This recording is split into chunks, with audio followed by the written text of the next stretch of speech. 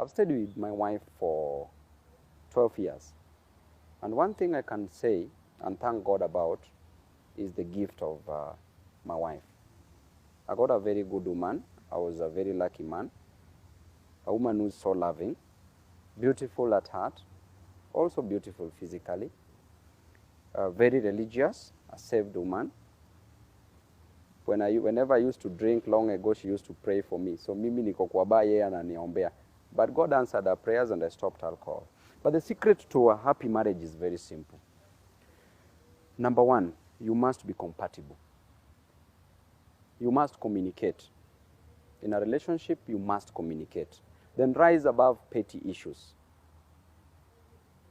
Very important, put God first. I pray with my wife daily in the morning and in the evening before we sleep. We kneel down, we pray. Because we make God be the leader of that family, be the leader of that house. And date. Like the first day you met your boyfriend or your girlfriend, date that person. Treat that person the same way. You don't need to go to expensive hotels. You can go anywhere in any kibanda. You can travel anywhere. Discuss issues affecting your lives. Discuss short-term goals in your family, middle-term goals, medium-term goals, and then long-term goals in that family. Be guided by goals and vision in a family and love in that family. So you date. Take your spouse, your girlfriend, your boyfriend for a movie. Travel.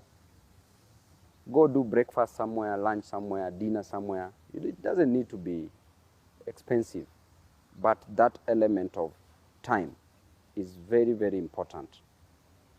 Then rise above petty issues. Whenever you see yourself you want to exchange, just avoid it. Be the bigger person. One partner must be the bigger person to rise above it. And then, very important also, you must really make love as frequent as possible so that you avoid temptations outside there for both the partners. So marriage is very easy. People always say, you know, they're in hell when they are married. But the first day they were meeting, they were so much in love. Then you wonder why these people changed along the way. Number one, if you want to change your husband, change yourself as a wife. If you want to change your wife, change yourself as the husband. Okay? The moment, for example, you drink as a man, you come home late. If you started by coming home at 5 a.m., and then you come back and your wife welcomes you, gives you food. Meanwhile, you have to take into account that you are inconveniencing her because she should be sleeping, or if she's woken up, she should be preparing children to go to school. But by the time she welcomes you, softly, smoothly, in a loving way, then believe you me, this man will start coming back at 3 a.m. From 3 to 2. From 2 to eventually 11. From 11, ataanza kuingia kama kuku at 6 p.m. You appreciate your wife. Appreciate your wife. Appreciate how beautiful she is, how she's dressed. It is very, very important. So that hata mtu akimpata huku nje akimwambia you are beautiful. Already these are things that anasikia kwako. You see? Kama unapata kitu pia, because men are meant to work. Ukipata kitu, weka kitu something for your wife for every month. At least ataenda salon, kama kuna gari ataweka fuel, kama kuna friends ata entertain those friends of hers. At least she has something. Anaweza nunua airtime. Because a man is supposed to provide. So as a man, at least every month, wekea bibi yako kitu. Tunaelewana hapo vizuri? Tunaekanga kama ngapi hivi? Hiyo naye sasa ni siri, sitaki niongelee hiyo. But you see, it's not a must.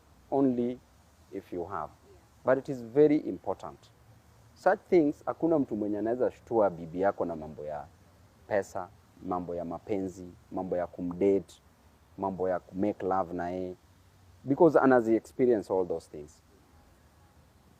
So I think when you do that, then you will have the best marriage ever. But the most important thing, if you want to change the other person, change yourself. Change yourself. For a man, appreciate your wife. Akipika, appreciate, eat that food. Akitoka kwa nyumba, appreciate.